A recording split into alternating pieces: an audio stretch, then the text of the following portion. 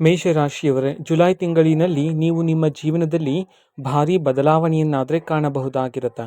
ಹೌದು, ಇಷ್ಟು ದಿನ ನೀವು ಪಟ್ಟಂತಹ ಕಷ್ಟಕ್ಕೆ ಇದೀಗ ಪ್ರತಿಫಲ ಆದರೆ ಸಿಗ್ತಕ್ಕಂತಹ ಕಾಲಾವಕಾಶ ನಿಮಗೆ ಸಿಕ್ಕಿರ್ತಕ್ಕಂಥದ್ದು ಮೇಷರಾಶಿಯವರಿಗೆ. ಹಾಗಿದ್ರೆ ಬನ್ನಿ, ಮೇಷರಾಶಿಯವರು ಜುಲೈ ತಿಂಗಳಿನಲ್ಲಿ ಯಾವ ಕೆಲಸಗಳನ್ನು ಮಾಡಬೇಕಾಗಿರುತ್ತೆ ಮತ್ತು ನೀವು ಈ 5 ರಹಸ್ಯಗಳನ್ನು ನಿಮಗೆ ದೇವರು ಕೊಟ್ಟಿರ್ತಕ್ಕಂತಹ ಸೂಚನೆಗಳಾಗಿರುತ್ತೆ. ಈ 5 ರಹಸ್ಯಗಳನ್ನು ತಿಳ್ಕೊಬೇಕಾಗಿರುತ್ತೆ ಮೇಷರಾಶಿಯವರು. ಇವೆಲ್ಲದರ ಬಗ್ಗೆ ಸಂಪೂರ್ಣವಾಗಿ ಈ ವಿಡಿಯೋದಲ್ಲಿ ನಾನು ನಿಮಗೆ ಮಾಹಿತಿಯನ್ನು ತಿಳಿಸ್ಕೊಡ್ತಿದ್ದೀನಿ. ವಿಡಿಯೋವನ್ನು ಸ್ಟಾರ್ಟ್ ಮಾಡ್ತೀನಿ. ಅದಕ್ಕಿಂತ ಮೊದಲು ನೀವಿನ್ನೂ ನಮ್ಮ ಚಾನೆಲ್ಗೆ ಸಬ್ಸ್ಕ್ರೈಬ್ ಮಾಡದೇ ಇದ್ರೆ ಈ ಕೂಡಲೇ ಚಾನೆಲ್ಗೆ ಸಬ್ಸ್ಕ್ರೈಬ್ ಮಾಡ್ಕೊಳ್ಳಿ ಮತ್ತು ಲೈಕ್ ಮಾಡಿ. ಈಗ ನಾವು ಮಾಹಿತಿಯನ್ನು ತಿಳ್ಕೊತಾ ಹೋಗೋಣ. ಹೌದು, ಈಗ ಮೇಷರಾಶಿಯವ್ರಿಗೆ ಜುಲೈ ತಿಂಗಳಿನಲ್ಲಿ ಒಂದು ಅತಿ ದೊಡ್ಡ ಪವಾಡವೇ ನಡೀತಕ್ಕಂಥದ್ದು. ಹೌದು, ಮೇಷರಾಶಿಯವರ ಮನಸ್ಸು ತುಂಬ ಒಳ್ಳೆಯ ಚಿಕ್ಕ ಮಕ್ಕಳ ಹಾಗೆ ತುಂಬ ಮೃದು ಮನಸ್ಸು ಉಳ್ಳವರು ಮೇಷರಾಶಿಯವರ ಆಗಿರ್ತಾರೆ.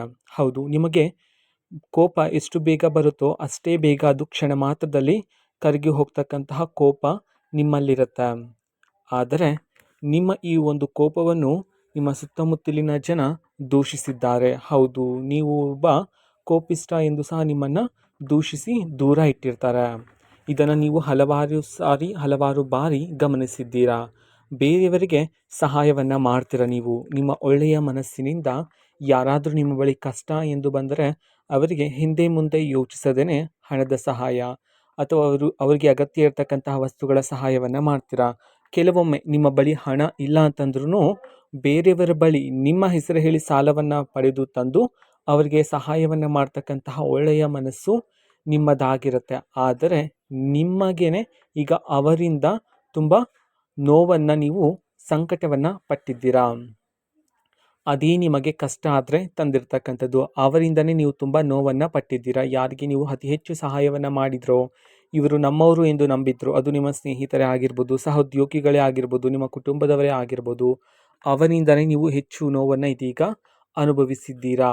ನಂಬಿದವರಿಂದನೇ ಇದೀಗ ನೀವು ಮೋಸ ಹೋಗಿದ್ದೀರಾ. ಇದಕ್ಕಾಗಿ ನೀವು ಹಗಲಿರುಳು ಸಹ ದುಃಖಿತರಾಗಿದ್ದೀರಾ. ಒಂಟಿಯಾಗಿದ್ದಾಗ ನನಗೆ ಏಕೆ ಇಷ್ಟು ಸಂಕಟ ಬರ್ತಿದೆ, ತುಂಬ ಬಾರಿ ನಾನು ಹಲವಾರು ಜನರಿಗೆ ಸಹಾಯವನ್ನು ಮಾಡಿದ್ದೇನೆ, ಸೊ ಆದರೆ ನನಗೆ ಮಾತ್ರ ಈ ರೀತಿ ಆಗ್ತಿದೆ ಅಂತ ಹೇಳಿ ತುಂಬ ದಿನದಿಂದ ನೀವು ಸಂಕಟವನ್ನು ಪಡ್ತಿದ್ದೀರಾ, ದುಃಖಿತರಾಗಿದ್ದೀರಾ. ಆದರೆ ಮೇಷರಾಶಿಯವರೇ, ನಿಮ್ಮ ಒಳಗೆ ಎಷ್ಟೇ ನೋವಿದ್ದರೂ ಸಹ ನೀವು ಹೊರ ಜಗತ್ತಿಗೆ ನಗು ನಗುತ್ತಾ ಇರ್ತೀರಾ. ನಿಮ್ಮ ಮನಸ್ಸಿನಲ್ಲಿ ಎಷ್ಟೇ ನೋವಿದ್ರೂ ಸಹ ಅದು ಇನ್ನೊಬ್ಬರಿಗೆ ಗೊತ್ತಾಗಬಾರ್ದು ಅನ್ನೋ ಒಂದು ಕಾರಣದಿಂದಾಗಿ ನೀವು ಯಾವತ್ತೂ ಸಹ ನಿಮ್ಮ ಮುಖದ ಮೇಲೆ ನಗು ನಗುತ್ತಾ ಇರ್ತೀರಾ. ನೀವು ಅಗ್ನಿ ತತ್ವದವರಾಗಿರ್ತೀರಾ ಮೇಷರಾಶಿಯವರು. ನೀವು ಯಾರ ಮುಂದೆನೂ ಸಹ ಕೈ ಚಾಚಿ ಇನ್ನೊಬ್ಬರ ಸಹಾಯಕ್ಕೆ ಹೋಗೋದಿಲ್ಲ. ಬದಲಿಗೆ ಕಷ್ಟಪಟ್ಟು ಸಾಧನೆ ಮಾಡಿ ಜೀವನದಲ್ಲಿ ಉನ್ನತ ಸ್ಥಾನಕ್ಕೆ ಹೋಗಬೇಕು ಎಂಬ ಗುರಿಯನ್ನು ಹೊಂದಿರತಕ್ಕಂಥವರು ನೀವಾಗಿರ್ತೀರ ಮೇಷರಾಶಿಯವರೇ. ಹೌದು, ಯಾರನ್ನೂ ಸಹ ಬೇಗ ನಂಬಬೇಡಿ. ನಿಮ್ಮ ಅತಿ ದೊಡ್ಡ ದೌರ್ಬಲ್ಯ ಏನು ಅಂತಂದರೆ, ನಿಮ್ಮನ್ನು ಯಾರಾದರೂ 2 ಮಾತು ಹೊಗಳಿ ಮಾತನಾಡಿದರೆ ಅವರನ್ನು ಕಣ್ಣು ಮುಚ್ಚಿ ನಂಬುತ್ತೀರಾ. ಹಾಗಾಗಿ ಈ ಒಂದು ತಪ್ಪನ್ನು ಈಗ ಮಾಡೋದಕ್ಕೆ ಹೋಗಬೇಡಿ. ಹೌದು, ನಿಮ್ಮ ಜೀವನದಲ್ಲಿ ಯಾರೇ ಒಬ್ಬ ಹೊಸ ವ್ಯಕ್ತಿಯ ಆರಂಭ ಆಗ್ತಿದೆ ಅಂತಂದರೆ ಆ ವ್ಯಕ್ತಿಯ ಸಂಪೂರ್ಣ ಮಾಹಿತಿನ ತಿಳ್ಕೊಳ್ಳಿ. ಅವರ ವ್ಯಕ್ತಿತ್ವ ಎಂಥದ್ದು ಅಂತ ಹೇಳಿ ತಿಳಿದು ಒಂದಲ್ಲ ಎರಡಲ್ಲ 100 ಬಾರಿ ಯೋಚನೆಯನ್ನು ಮಾಡಿ ಅವರ ಜೊತೆ ನೀವು ಇರಬೇಕಾ, ಅವರನ್ನು ನೀವು ನಂಬಬೇಕಾ ಎಂಬುವ ಯೋಚನೆಯನ್ನು ಸರಿಯಾಗಿ ಮಾಡಿ ಒಂದು ನಿರ್ಧಾರವನ್ನು ನೀವು ತಗೋಬೇಕಾಗಿರುತ್ತೆ. ನಂತರ ಇಷ್ಟು ದಿನ ನೀವು ಪಟ್ಟಂತಹ ಕಷ್ಟಕ್ಕೆ ಪ್ರತಿಫಲ ಸಿಗ್ತಿಲ್ಲ ಅಂತ ಹೇಳಿ ಸಹ ತುಂಬ ದಿನದಿಂದ ನೀವು ಕಾಯ್ತಾ ಇದ್ರಿ. ಆದರೆ ಇದೀಗ ನಿಮಗೆ ಒಳ್ಳೆಯ ಕಾಲ ಆದರೆ ಬಂದಿರತಕ್ಕಂಥದ್ದು. ನಿಮ್ಮ ಮೇಲೆ ಹಲವಾರು ಜವಾಬ್ದಾರಿಗಳಿದೆ. ಅದು ಕುಟುಂಬದ ಜವಾಬ್ದಾರಿ ಅಥವಾ ದಾಂಪತ್ಯ ಜೀವನದ ಜವಾಬ್ದಾರಿ ಆಗಿರ್ಬೋದು, ಮಕ್ಕಳನ್ನು ಓದಿಸ್ತಕ್ಕಂತಹ ಜವಾಬ್ದಾರಿ ಆಗಿರ್ಬೋದು. ಇಷ್ಟೆಲ್ಲ ಜವಾಬ್ದಾರಿಗಳನ್ನು ಹೊತ್ತಿದ್ದೀರಾ. ಹಗಲಿರುಳು ನಿದ್ದೆನೂ ಸಹ ಸರಿಯಾಗಿ ಬರ್ತಿರೋದಿಲ್ಲ, ಚಿಂತಿತರಾಗಿದ್ದೀರಾ. ಆದರೆ ಮೇಷರಾಶಿಯವರೇ, ಈಗ ನಿಮ್ಮ ಕಷ್ಟಗಳೆಲ್ಲ ದೂರ ಆಗ್ತಕ್ಕಂತಹ ಕಾಲ ಆದರೆ ಬಂದಿರತಕ್ಕಂಥದ್ದು ಇದೇ ಒಂದು ಜುಲೈ ತಿಂಗಳಿನಲ್ಲಿ. ಹೌದು, ಇದೇ ಒಂದು ಜುಲೈ ತಿಂಗಳಿನಲ್ಲಿ ಮೇಷರಾಶಿಯವರ ಜೀವನದಲ್ಲಿರ್ತಕ್ಕಂತಹ ಎಲ್ಲ ಕಷ್ಟಗಳು, ನಿಮ್ಮ ಜೀವನದಲ್ಲಿರ್ತಕ್ಕಂತಹ ಎಲ್ಲ ಸಮಸ್ಯೆಗಳು ಸಹ ದೂರ ಆಗ್ತಿದ್ದಾವೆ. ಹೊಸ ಅಧ್ಯಾಯದ ಯುಗ ಆದರೆ ಇದೀಗ ಪ್ರಾರಂಭ ಆಗ್ತಿರ್ತಕ್ಕಂಥದ್ದು.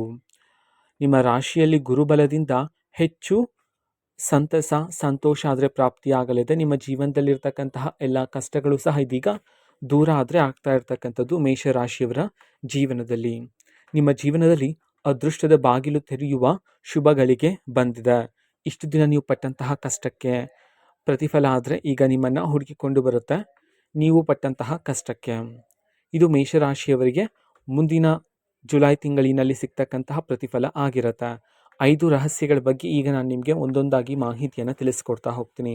ಮೊದಲನೇ ಅತಿ ದೊಡ್ಡ ರಹಸ್ಯ ಏನು ಅಂತಂದರೆ ಸೂರ್ಯ ದೇವರ ಆರಾಧನೆಯನ್ನು ಮೇಷರಾಶಿಯವರು ಮಾಡಬೇಕಾಗಿರುತ್ತೆ.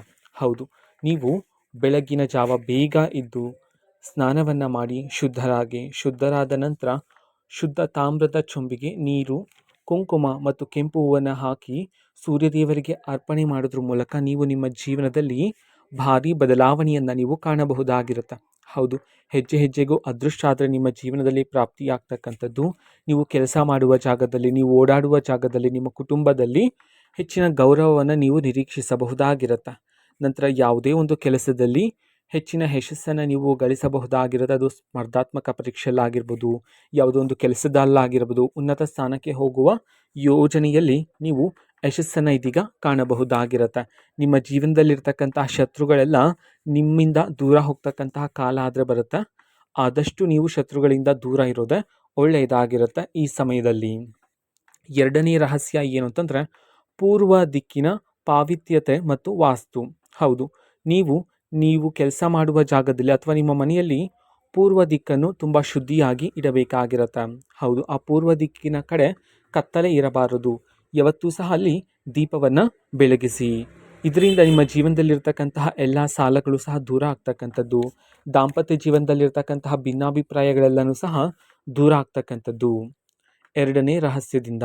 ಮೂರನೇ ರಹಸ್ಯ ಏನು ಅಂತಂದರೆ ಆಂಜನೇಯ ಸ್ವಾಮಿಯ ಆರಾಧನೆಯನ್ನು ಮಾಡಿದರೆ ತುಂಬ ಒಳ್ಳೆಯದು ಮೇಷರಾಶಿಯವರು ಈ ಸಮಯದಲ್ಲಿ.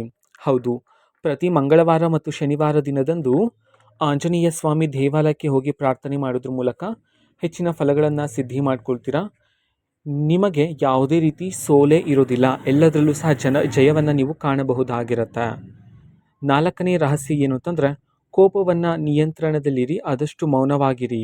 ಹೌದು, ನಿಮಗೆ ಬರ್ತಕ್ಕಂತಹ ಈ ಒಂದು ಅತಿ ವೇಗದ ಕೋಪದಿಂದ ಜನರು ನಿಮ್ಮನ್ನು ದೂರ ಇಟ್ಟಿದ್ದಾರೆ. ನೀವು ಕೋಪಿಷ್ಟ ಎಂದು ನಿಮಗೆ ಹೆಸರನ್ನು ಸಹ ಇಟ್ಟಿದ್ದಾರೆ. ಹಾಗಾಗಿ ಕೋಪವನ್ನು ನಿಯಂತ್ರಣ ಮಾಡಿಕೊಳ್ಳಿ. ನಂತರ ನಿಮ್ಮ ಮುಂದಿನ ಯೋಜನೆಗಳನ್ನು ಅಂತಂದರೆ ನೀವು ಯಾವುದೇ ಒಂದು ವಸ್ತುವನ್ನು ಖರೀದಿ ಮಾಡ್ತೀರಾ, ಆಸ್ತಿಯನ್ನು ಖರೀದಿ ಮಾಡ್ತೀರಾ, ಯಾವುದಾದ್ರೂ ಜಾಗದಲ್ಲಿ ಹೂಡಿಕೆ ಮಾಡ್ತೀರಾ ಅಂತಂದರೆ ನಿಮ್ಮ ಮುಂದಿನ ಯೋಜನೆಗಳನ್ನು ಯಾರೊಂದಿಗೂ ಸಹ ಹಂಚಿಕೊಳ್ಳಬೇಡಿ. ಐದನೇ ರಹಸ್ಯ ಏನು ಅಂತಂದರೆ ನಿರ್ಗತಿಗಳಿಗೆ ಅನ್ನದಾನ, ಪ್ರಾಣಿಗಳಿಗೆ ಆಹಾರವನ್ನು ನೀಡಿ. ಹೌದು, ಹಳೆಯ ಬಟ್ಟೆಯನ್ನು ನೀಡಿ ಸಹಾಯವನ್ನು ಮಾಡಿದ್ರೆ ಹೆಚ್ಚಿನ ಫಲಗಳನ್ನು ಸಿದ್ಧಿ ಮಾಡ್ಕೊಳ್ತೀರಾ. ಹಸುಗಳಿಗೆ, ಶ್ವಾನಗಳಿಗೆ, ಹಕ್ಕಿಗಳಿಗೆ ಆಹಾರವನ್ನು ನೀಡಿದ್ರೂ ಸಹ ಹೆಚ್ಚಿನ ಫಲಾಫಲಗಳನ್ನು ಸಿದ್ಧಿ ಮಾಡ್ಕೊಳ್ತೀರಾ. ಅದೃಷ್ಟ ಆದರೆ ಪ್ರಾಪ್ತಿಯಾಗ್ತಕ್ಕಂಥದ್ದು ಮೇಷರಾಶಿಯವರಿಗೆ. ನಂತರ ನೀವು ಹಣಕಾಸಿನಲ್ಲಿ ಸ್ವಲ್ಪ ಎಚ್ಚರಿಕೆಯಿಂದ ಇರಬೇಕಾಗಿರುತ್ತೆ. ಈ ಸಮಯದಲ್ಲಿ ಯಾರನ್ನೂ ಅಷ್ಟು ಬೇಗ ನಂಬಬೇಡಿ, ಯೋಚನೆ ಮಾಡಿ ನಂಬಿ. ಹಣವನ್ನು ಸಾಲವಾಗಿ ನೀಡ್ತಕ್ಕಂಥದ್ದು ಎಲ್ಲ ಈ ಸಮಯದಲ್ಲಿ ಬೇಡ ಆಗಿರುತ್ತೆ. ಮೊದಲಿಗೆ ನೀವು ನಿಮ್ಮ ಜೀವನದಲ್ಲಿ ಇರತಕ್ಕಂತಹ ಎಲ್ಲ ಸಾಲಗಳನ್ನು ತೀರಿಸಿ. ಶತ್ರುಗಳಿಂದ ಆದಷ್ಟು ದೂರ ಇರಿ. ಮಕ್ಕಳ ಜೊತೆ ಸಮಯವನ್ನು ಕಳೆಯಿರಿ. ನಂತರ ಆರೋಗ್ಯದ ಕಡೆ ಗಮನವನ್ನು ಹರಿಸಬೇಕಾಗಿರುತ್ತೆ. ಇಷ್ಟು ದಿನ ನೀವು ಇರ್ತಕ್ಕಂತಹ ಕಷ್ಟದ ಸಮಯದಲ್ಲಿ ಕಲಿತಂತಹ ಪಾಠವನ್ನು ಯಾವತ್ತೂ ಮರೆಯಬೇಡಿ. ಆ ಒಂದು ಪಾಠವನ್ನು ಮುಂದಿನ ಜೀವನದಲ್ಲಿ ಅಳವಡಿಕೆ ಮಾಡಿಕೊಳ್ಳಿ. ಇದು ಮೇಷರಾಶಿಯವರ ಜುಲೈ ತಿಂಗಳಿನಲ್ಲಿ ನಡೀತಕ್ಕಂತಹ ಬಹುಮುಖ್ಯವಾಗಿರ್ತಕ್ಕಂಥ ಕಾರ್ಯಗಳು ಮತ್ತು 5 ರಹಸ್ಯಗಳ ಮಾಹಿತಿಯಾಗಿರುತ್ತೆ. ಮಾಹಿತಿ ಇಷ್ಟ ಆಗಿದ್ದರೆ ನಿಮ್ಮ ಫ್ರೆಂಡ್ಸ್ ಆ್ಯಂಡ್ ಫ್ಯಾಮಿಲಿ ಮೆಂಬರ್ಸ್ಗೂ ಸಹ ವಿಡಿಯೋನ ಶೇರ್ ಮಾಡಿ. ಜೊತೆಗೆ ಚಾನೆಲ್ಗೆ ಸಬ್ಸ್ಕ್ರೈಬ್ ಮಾಡಿಕೊಂಡು ಸಪೋರ್ಟ್ ಮಾಡಿ. So thank you, bye.